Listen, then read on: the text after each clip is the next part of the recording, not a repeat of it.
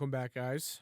As you can see by Bryce and these guys over here, and as you can hear, hopefully, as soon as people start talking, well, you can hear Bryce's laugh. Say something. No. Something. Oof, crisp. We are officially back. We have the setup. Thank you guys for hanging in there once again. I know I said it on the last episode, but it does mean a lot that you guys just hung in there and picked it right back up where we left off. Before we get into this and we give these two idiots over here a chance to regain themselves, we're going to take a quick word from our sponsor of today's episode, Bet Online. With NFL playoffs right around the corner and the NBA season in full swing, BetOnline has you covered with all the up-to-the-second odds, news, and scores. With additional odds, lines, trends, and info on both desktop and mobile, you can access the world's best wagering information anytime. Head there today to get into the action and see all the updated odds. And remember to use our promo code BELIEVE, BLEAV, to receive your 50% welcome bonus on your first deposit.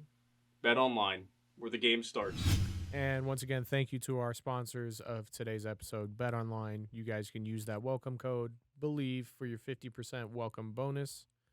Make sure you check it out. Pretty cool people.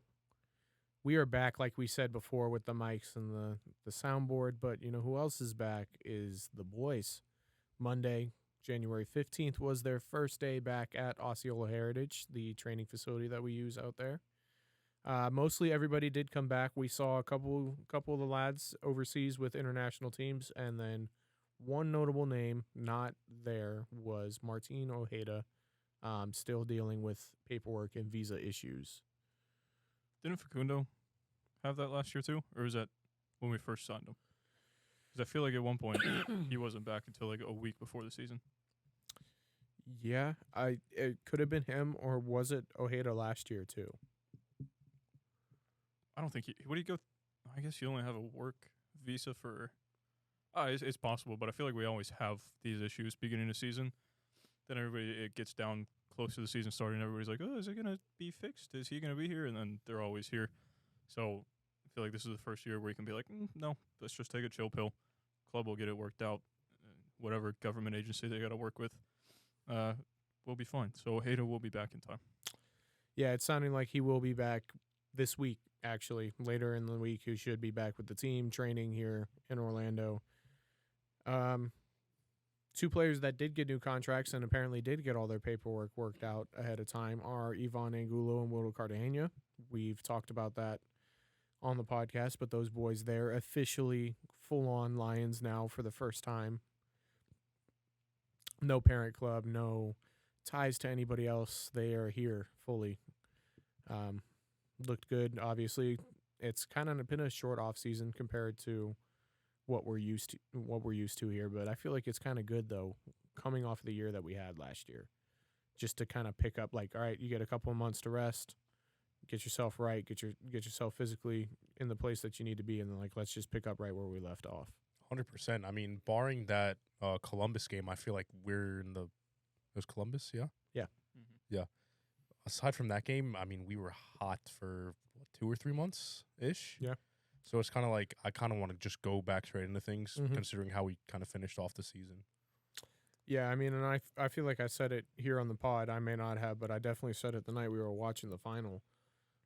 In reality, we may feel biased here, but I feel like objectively you can look at it and just see the MLS Cup, like that final game was played here in Orlando. Like the two best teams in the playoff faced off here in Orlando, and unfortunately Columbus came out on top, but you know, nobody else really gave them any trouble throughout the entire playoff run other than us. So that's just my way of looking at it. Maybe a little salty, but Yeah, the two best teams you could say played in Orlando, but obviously we weren't on that day, at least the better team. You mentioned previously that the offseason was a little bit shorter. I remember seeing a quote from Robin Janssen on an article by Mike Gramajo. Robin said, it was perfect. In years before, there were times where the offseason would be 2 months or 3, and that's a little bit too long. competition is coming quickly this year, so we have to be ready. But at the same time, we have to take care of ourselves and have a great build up to the season. So off-season shortened, but maybe that keeps the guys in shape a little bit better. In the off-season, you can go out and then you can pull a Patty Pimblett and just eat food and then come back and work hard in camp. But in this type of off-season, it's a little bit shorter. It doesn't give you as much time to get off your training regimen. And then you come back in training and you're still, not tip-top shape, but you're still close to being in tip-top shape. So you can get to working on tactics rather than conditioning a little bit sooner than you would in normal preseason training camps. Yeah, probably, like you said, a little less work to get back to that point where you want to be. Speaking of Mike Maho, he posted a couple of key points on Twitter, and then he also had that article, kind of went through both. But the key points that he posted on Twitter, we talked about Ojeda still handling his paperwork. OCB manager Martin Perelman is with the first team now. With the Jose Mabazan stepping away, we're seeing him get potentially a promotion from within the club. Oscar said, you kind of build a culture here. It's working, and you saw his success at the OCB level, so obviously the next step is him to take that step into the first team. So, yeah, it seems like he is going to be with the first team this upcoming season. He's going to take Jose Ma's place. And then the other thing that he posted is that Oscar said that the team is open-minded about where Facundo will play, whether that be in the midfield and on the wings. They're going to kind of feel things out. Other thing that he said, he's quoted in the article saying, "We need to look for a center back to replace Antonio Carlos and other positions that will give us depth on the roster." He goes on to say, and I'm not quoting him here, but they're taking their time because obviously every move is important, every signing that you make. So that's giving me some optimism. He clearly sees, we just did a Patreon video about depth in each spot and, our ratings and stuff like that. We all kind of got worried going through that because we've got some serious holes in this roster that need to be filled, but clearly they see that and they're looking to address it. Definitely due to our Patreon video. Yeah. No, obviously they were in here 2 days ago. They got a bug somewhere. Time traveling. Yep. Time traveling. Absolutely. But yeah, I mean, we kept the main pieces of our roster, and we've lost a few pieces that have made our depth go down, and it's not as strong as it was before the off season. But as long as they're acknowledging it and working on it, this front office, this management team has not let us down since coming in and taking over. So it's good to hear. It's nice to know that they at least acknowledge that we need, I guess you can say replacements in those depth positions. You lose Junior Urso, you lose Mauricio Pereira. We're down, what do we say? We have technically 3 midfielders, not counting attacking midfielders, with Wheeler Cartagena, Felipe Martins, and Cesar Araujo.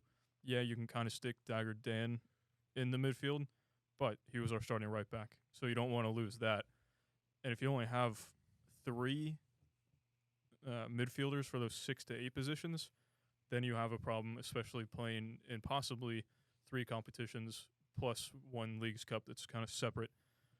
But with 3 competitions possibly running at the same time, you need depth, especially in the midfield. And that is something that needs to be addressed. They're already looking to fix it, so that's good from them. Well, we did see us sign a replacement in Nico Lodero. His first day with the team today, first day with the boys out there, first day with Oscar and a whole coaching staff. He looked fit from what we saw. He looks in shape. He looks like he's been working hard this offseason to keep fit, keep his fitness up so he can come in here. Obviously up there in age, so we'll see what he can do. But, optimistic about what he's going to provide to this team this upcoming season, at least for me. Mm-hmm. Hopefully not in a permanent starting role in that 10 spot. Right. If that happens, we got other problems that we have to readdress. Yeah, we'll find ourselves in the same spot that we were in last season. That's for sure. Not a great one, but kind of semi-worked. I mean, you got to keep in mind, Oscar said that he's open to wherever Facundo will play. Right. So there may be a chance that Lodero won't start. Facundo takes the 10 spot like he did the shirt, and we see Lodero kind of come on 65 plus to kind of close out the game and just bring some assurance, leadership. That's what I'm looking for. Thought you were going to say pizzazz. No, Don't know that why. too, maybe. You never know. 34-year-old Uruguayan. A little sprinkle of pizzazz. Jazz hands. Well, like you said, Facundo taking the new shirt. Facundo has also signed a new contract with the club, a 3-year deal through 2026 with option years in 2027 and 2028. Obviously, something we needed to get done. He's our player. He's the guy that we're building around. Didn't want to lose him, so nailing him down to a new contract at least keeps him here. And then also we had a release clause put into this contract. I can't remember if it was said how much or if we know, but having guaranteed money of somebody coming in and being like, we want this guy, we can literally turn to him and be like, this is the amount, and if you're not going to pay it, then 79 appearances, 72 starts over 2 seasons, 27 goals, 16 assists. That's not bad. Those are numbers. It's not bad at all. I don't remember seeing or hearing anything about the release clause number, I don't I think didn't so. No, either. it's unclear yet. but there was a release clause put in. Yes, Yes. there is a release clause in the contract. Heard. I fully missed that. I read that article and I missed it. So fair play. Better to have one in there than not. Like I said, it kind of just gives you that number that you can just kind of be like, Go pay it. you, It's you- there. we're not listening to you until you say yes that you have this money. Like there's no conversations to be had. So somebody else that did get a new contract, the homegrown lad, Mikey Halliday, 20 years old. We just were talking about on the Patreon episode, to the 2-year contract with option years in 2026 and 2027. So contract through 2025. Good This- piece to have. Yeah, I mean, exciting player, young, a lot of potential. Glad to see him get, his hard work pay off and get rewarded with the new contract. I think that's something that we needed to see happen with Petrasso going out on loan to Italy, which was a decision in and of itself. If we would have let Holiday manage to leave somehow, or I don't know, maybe slip down to OCB, that would, don't even know why I said that. It's not going to happen. But we needed that depth in the fullback spot. So to re-sign him, if one of the midfielders gets hurt and then Dagur Dan has to go play in that midfield role, I think having Holiday locked into a new contract is very good backup. Like you said earlier, you said he's more of an out-and-out right back who just likes to get up and down that sideline. He's not going to fill into that midfield spot like Dagur Dan does. But, again, out-and-out right back, 20 years old, can only get better, is a very good piece to have if something does happen. Yeah, I mean, he's only 20 years old. He can definitely, maybe not perfect it, but he can definitely learn to kind of play the same way that Dan can. Couple years, maybe he can figure that out. But I'm just kind of glad that we tied him down. It maybe shows his mentality a little bit, because you see Petrasso going out on loan as a backup. You think, why doesn't he kind of stay and try to fight for that that starting spot? Now with Mikey, he signed to a 2-year deal with 2 option years. Maybe he'll try to fight Dan for that starting right back spot. Maybe he does learn how to kind of play that same way. I think one thing Mikey gives us is just like a difference in like tactics, like how you play with him. And throughout games, maybe one defense you're going to go up against, you're going to need that out and out right back, or you're going to need Thorhalson to come in the midfield and overload it. So just nice to have options at a position, unlike our left back situation. Yeah, it makes us multidimensional. I agree. It, like you said, I mean, you're not necessarily going to want to play with two inverted fullbacks and people flying up and down the wings when you go and play against, Fort Lauderdale and people that have those creative players and stuff like that. You may want to play a more traditional 4-4-2, something like that. So he gives you that option. It's definitely great to have. He's made some appearances with the national team, the youth national team. So he's obviously, his stock is rising. He's improving year after year. So like Dave said, I'm excited to see him stay here and fight to try to, prove himself to this team and to this fan base that he is who we all think he can be. Go ahead and move on to the guys that weren't at training camp, but that's because they're doing training camp the first day. That's because they're doing things abroad right now. We'll go ahead and start off with our number 9 in Duncan McGuire. He is in the January camp with the U.S. men's national team, fighting to win that roster spot for those late January friendlies, correct? Or is it February? We play Slovenia January 20th. Okay. So George Bricklow. David. Oh, fucking. Where did you get George from? George. So you said January 20th. So And then, then there's not another one till March, so that'll be fully different camp. obviously great to see Duncan get some hard work rewarded with the call up to the national team. I think if nothing else, it's great experience for him to be in another team with the camp. Obviously, Greg Beerholder isn't the great, manager, but just him being around different types of players and different systems just makes him a more diverse player. Yeah.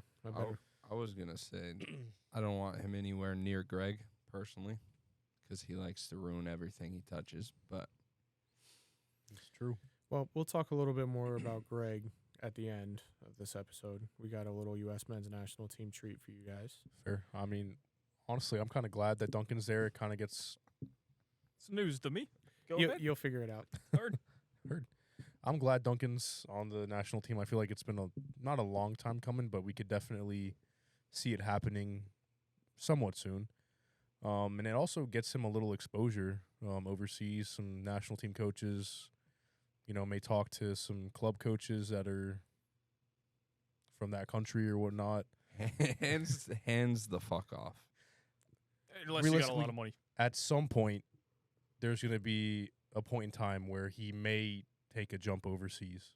It's going to be Daryl 2.0. Yeah. As much as we don't want it to happen, If it's the trajectory is headed that way. if it's in the best interest of the player, we're not really. Who are we to stand in the way of his development as a player to become the best he can be? Obviously, we need some money for it. We need some compensation. And I mean, it's not like he already doesn't have looks. Now it's just kind of broadening the looks that he gets. I've heard we're in contract talks with him. Yeah, we are. Switching him from that rookie contract or college to pro contract, from it just being a, what's it called? Tam.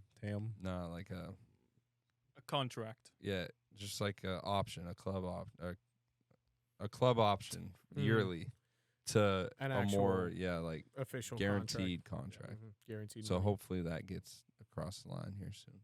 I don't see why I wouldn't personally. I think he wants to be here currently. He wants to get the best, move that he can get, obviously. So getting more time in a team, maybe summer we see him leave, maybe after the season and next January. But I think we'll see the time come. Send him to West Brom. No. West Brom gives us $8 million plus Brandon Thomas-Asante. I don't want to see his Give me career Daryl ruined. DK back at that point. But they played DK and Duncan together. That would be filthy. That's what I'm Then saying. they're cooking over there. And we have Thomas-Asante. Hey, I'm good with that. We're fine. I'm good That's with our that. left mid sorted right there. Striker. He plays up top. Yeah. He plays out left. Salford City Striker. boy. Can do both then. All right, so one of the other players that was away on international duty. Dagur Dan Thor Hollandson with the Icelandic national team. And the lad made an appearance in the last match. Guess where he played at? Oh, I know this one. He definitely was in goal. No, Up top. location. Iceland. No, I'm talking about Location. player. Oh. No, position. Sorry. Oh. Dumbass. All right. So I where was fat. wow. Oh, wow. We're fat shaming on this channel now? No. Oh. Oh, then what'd you say? It's abbreviation Yeah. Fuck. Around. things. Timmy. All right, Bryce, what position? What position? Right back. Good. Iceland is learning. Yep. He made the start at the right back position for them. So Oscar obviously found something, discovered it in him, and now everybody else is like, hey, you know what? This guy's actually pretty fucking good at that spot. I will take it. If he's getting consistent minutes in his national team, playing as a right back, it can't hurt. So more consistency for him, more minutes, and then he comes back and, well, he's better. Then the last lad, kind of want to give him his own little special shout out here. Cesar Araujo, What a lad. captaining the U23 Uruguay side, managed by the great Marcelo Bielsa, to a 4-1 thrashing of Paraguay. The lad, it's kind of hard to find information on this match because it was a friendly, but from everything that I've seen, the lad went out there, did us Orlando City fans proud. He put in a showing. He captained that team well. Game that saw a red card for each team kind of got a little hectic, but obviously the Uruguayan team came out on top. So South American football. congratulations to Cesar. Obviously, it means something when somebody like Marcelo's recognizing it and giving you that. He made his debut for the U23 team as a captain. So that's something in and of itself right there. So he's got a bright future. We love to have him here, and great to see him making moves overseas. I'll have to start watching out for moves for him at some point soon, too. If he's getting call-ups, first time in the national team and he's captaining that side, then yes, bright future. I think it might just be the U23 team. Yeah, well, I had that in mind saying it, but yeah. So, speaking about moves from overseas, kind of talked a little bit about Greg Beerholder earlier. Depending on when this gets posted, it'll be within the past couple of days. We've seen some crazy news out of Italy. The Great One has been sacked by Roma. Incredible news. Never thought things we never thought we'd hear. But hey, we're here, and well, you know what they say: when life gives you lemons, you Bring Jose home. bring Jose That to is Stamford Bridge for him. Not anymore. bring him to the United States. I'd take him as a national team, man. We're just going to be Brexit ball, but Hey, You think it's not better than what we have already? no, I never said it wasn't. so I'll take it. he's previously gone on the record and said that he wants to come to America and help this game progress and grow the sport here. Now, in what capacity, we don't know. Obviously, we've never really explored it because that guy's been doing his thing over there in Europe and it hasn't even looked back. I feel like now is the time when we could potentially see him maybe make that move to America if he's ready for it. Is that him coming to the MLS to manage his team? Is that him coming to the U.S. men's national team? We don't know. But we are talking about a serial winner. We're talking about a 2-time Champions League winner. Talking about a 3-time Premier League winner. 2-time Europa League winner. 1-time Europa Conference League winner. Copa del Rey winner. 4-time Leagues Cup winner. Like, And somehow almost managed to bring Spurs a trophy, which that in itself is an accomplishment. So yeah, we talk about the trophies, but like we can move on to the win percentages. A 71% win percentage at Madrid, 59% win percentage at Chelsea, at 58% win percentage at Man U. United. Spurs, a 52% win percentage. Shit. That's a lot for them. At Spurs, we're talking 1.8 points per match averaged. At Spurs, Then got sacked before a final. the closest they've been in the past 4 decades to winning a trophy. Spurs will be Spurs. That's what I have to say.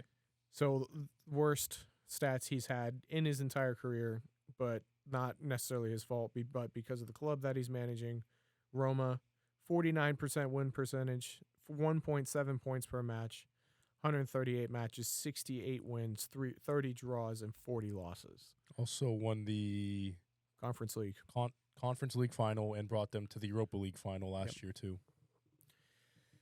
So, Damn. got on my soapbox about Jose Mourinho, all to say, Oscar, we love you. Sorry, buddy, it's time for you to go.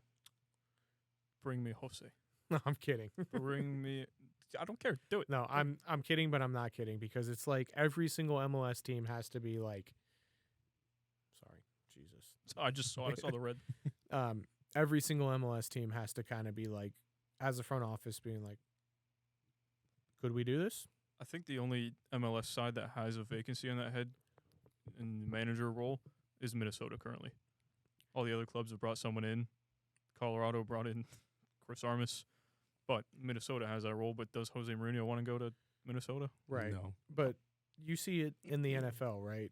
Like currently, this year is ridiculous. In the NFL, we have this Hall of Fame potentially coaching carousel that we have going on with Bill Belichick, Pete Carroll, Jim Harbaugh coming into the conversation, Nick Saban stepping down at Alabama potentially could be in a conversation. Fucking Bill. Mike Tomlin, like every single coach right now is kind of in the hot seat, and it's like you potentially say the same thing for the MLS. You know, if Jose were to say, "Yeah, you know what, I'd like to come and coach at that level and be an MLS coach," no disrespect for Oscar, love that guy, and I'm going to back him. You know what I mean? He is our manager, but like you have to kind of ask that question of like, could we bring this guy here? Could we get this deal done? You have to ask the question, but I feel like that'd be doing Oscar so dirty, re-signing him. There was the whole storyline last year, Oscar in, Oscar out. The fan base was split, and now he's back. And then you're just like, sorry. Go to Minnesota.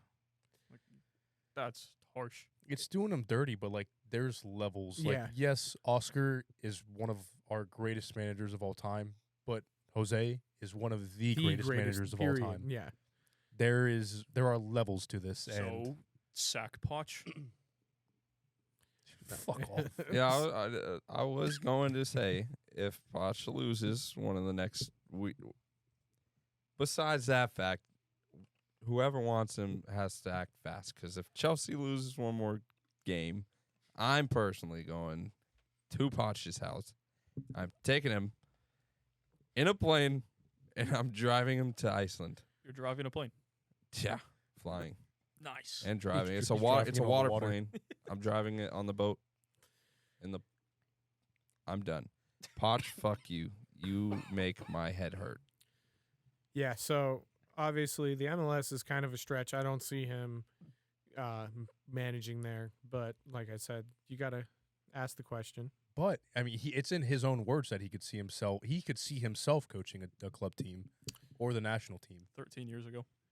Well, he said he could But the see game's growing here too. he could see himself coming here to help the game grow, is what he said. That's So, after he said he can see himself coaching a club team Oh, to really? help it grow. so what I would say realistically we should do as a nation is collectively grab Greg Berhalter and drive him to the coast, put him on a boat to the middle of nowhere, and offer Jose however much money he wants. Do you agree? I more than agree. I will be the first one on the petition for that movement. Can we drive him in a plane? We got to drive him. Got to drive him in a boat first, and then we can swim him in a plane, No, I thought we were gonna fly him in a boat. fly him in a boat, swim him in a plane, Technically, is a flying plane just a boat? and then skydive him underwater. That's called scuba diving. No, you scuba dive from the plane. You scuba dive from the plane and To you skydive. Skydive. Okay, I'm just. I'm gonna- sorry, did you just say isn't a flying plane just a boat? If it's on, if it has the little things that float on the water, at that point it's a boat. Yeah, that's No, what A I'm no, flying no, plane's no, a a plane. plane. A flying plane is a plane But that's it's in acting the air. as a boat in In that what moment. world? Listen, In that listen, moment, it's acting as a listen, boat. listen. You can listen, fish off of a boat plane. Listen, ready? Is a flying plane a plane? Yes. Yeah, Yes. That's what you said. It's not a Oh, boat. I it's- meant the water plane, There you go. but that acts as a boat sometimes. So a flying plane is just a plane. A water plane can act as a boat. That's why I said drive. But a plane that is flying, Is It's a plane. But once it's on the water, it's a boat. but then it's not flying, is it? That's why I said it's a water plane. You should have clarified the first time. Fucking idiot. All right, so back on track, Jose. This is your pitch right there. That's what you get. Just edit out the last 3 minutes. This is how you develop soccer in the U.S. You're right. Water planes. Yeah, I mean, I feel like that's if you're U.S. soccer, you have to be doing everything you can. Like I know you just hired Greg back, but you can hire him again. It's just not as- gonna happen. You could could fire hire him again. Yeah. just would be as Oh, he wasn't fired. He'd be a great ambassador. No, he wouldn't. who No, Greg? I could see No, Gus. tactically, no. Ambassador. ambassador. No. You can do a good Ambassador for job. what? Rogaine? Style. No, no. I could The see Get him shoes. out. I take his style over Oh, Greg. No, say no, less. no. Absolutely not. This is the most style I've seen from him in a year. There's a difference. And it's because it's a That's a red lie. shirt. There's No, not levels. lie. There's levels, and Greg's not on that level. That's what I like to hear. Greg's above that level. The fuck? Why? Why am I just here to get shit on today? Greg dresses Probably. like a flight attendant, a Spirit flight attendant. There you go. With Dresses nice like shoes. a homeless man. All right. Well, in the comments, go ahead and put down in there what you guys think we should do. Does the Great One come here to Orlando? Is he coming to the men's national team, or is he not ready for that yet? And he's going to go right back to Europe and pick up his winning ways back in the Premier League for somebody. Chelsea. Hey, I mean, United's talking about getting rid of 12 Hog over there, so You know, apparently, if we do, though, we're looking at Graham Graham Potter. Potter. So Yes, Sir Jim. Well in. fuck off. United's in the bin. In the bin. United in the bin. Oh, my bad. no, you go ahead, keep doing your little song over there. Can you get away from me? Can you fuck off? Come on, stop it. We Well- we were above you in the table 2 days ago. That's unfortunate. Loser. Now we're not because you drew. Oh, loser. No. Well, we appreciate you all listening to today's episode. Go ahead and check the description for all our links to everything. I'm not going to sit here and list them out for you, but we do appreciate it. Hit that like button, hit that subscribe button. Go ahead and share this out to your friends and family. This is a family-friendly podcast. United in the bin. In the bin. United in the bin. And notice how they're begging for the special one to come back. On their It's a good thing. knees. Your manager is bald. Your manager managed Spurs. Your manager You've got a brought in Spurs man at £100 the million helm. pound Anthony. Spurs are just Anthony. Sancho. Hoyland has 2 goals. Pochettino. That's all I need to say. Ten Hag. Pochettino. Trophies. Spurs. Recently.